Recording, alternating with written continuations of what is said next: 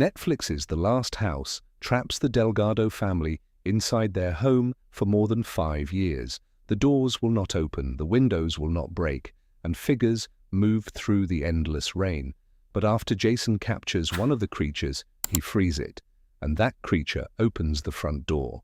Why does mercy succeed when years of fighting fail? What did Ruth understand first? Watch until the end, because the answer reveals who the real invaders may have been all along. Before we move ahead, if you're enjoying the video so far, and you like understanding the psychology hidden behind movie characters, make sure to like the video, subscribe to channel, and share it with a friend who enjoys this kind of content. Also, comment below and tell me your favorite part of the video so far. The crisis begins on an ordinary day for Anne and Jason Delgado and their children, Graham and Ruth. Rain arrives, communication fails, and an unseen force seals every entrance. Their neighbors appear trapped too. The film never explains the force or the rule behind each sealed house. More than 5 years pass. Anne grows food from stored seeds, while Jason collects water and sets traps through a chimney opening. Their home becomes a survival machine.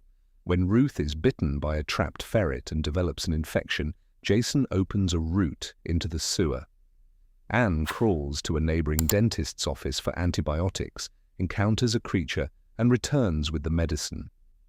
She saves Ruth, but proves that reaching the outside is not the same as escaping. Later, a creature enters carrying salt water.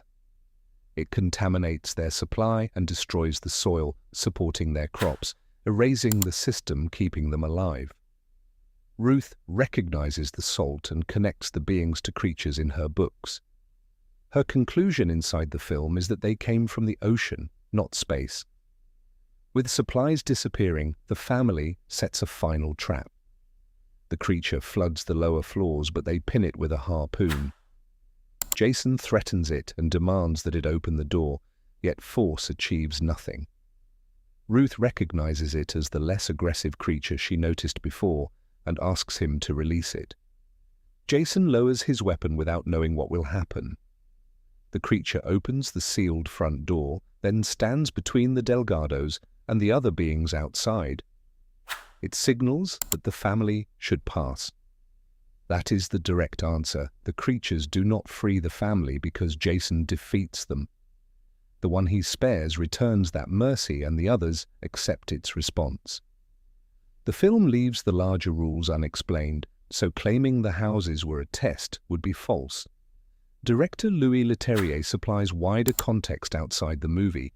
These are ancient ocean dwellers that existed before humanity, emerging after humans polluted and overheated their world. What resembles an alien invasion is a reversal. From their perspective, humanity damaged their home. Leterrier explains that Jason's choice shows the family can change.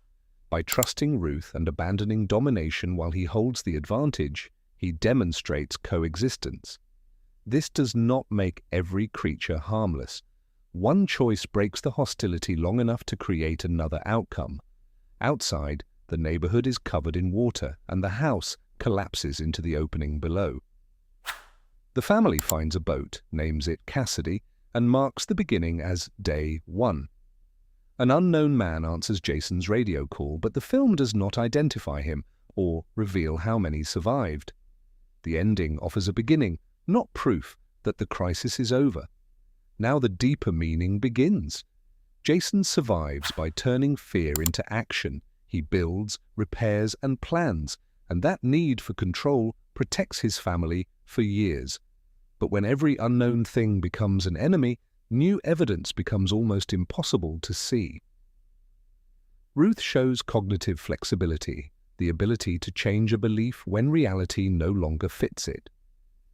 She notices the salt, sees that the beings do not all behave identically, and recognizes restraint in one of them. Jason sees one category, threat. Ruth keeps updating it. The point is not that Ruth is fearless or Jason was wrong to fight. The creatures are dangerous and caution is rational. But Ruth recognizes when force stops improving their chances. Jason threatens the captive, it resists, and each side confirms the other is hostile. When he releases it, he interrupts that cycle, and the creature returns the choice it was given. The house reflects the same psychology. Its walls preserve the family at first, yet those protections become a prison.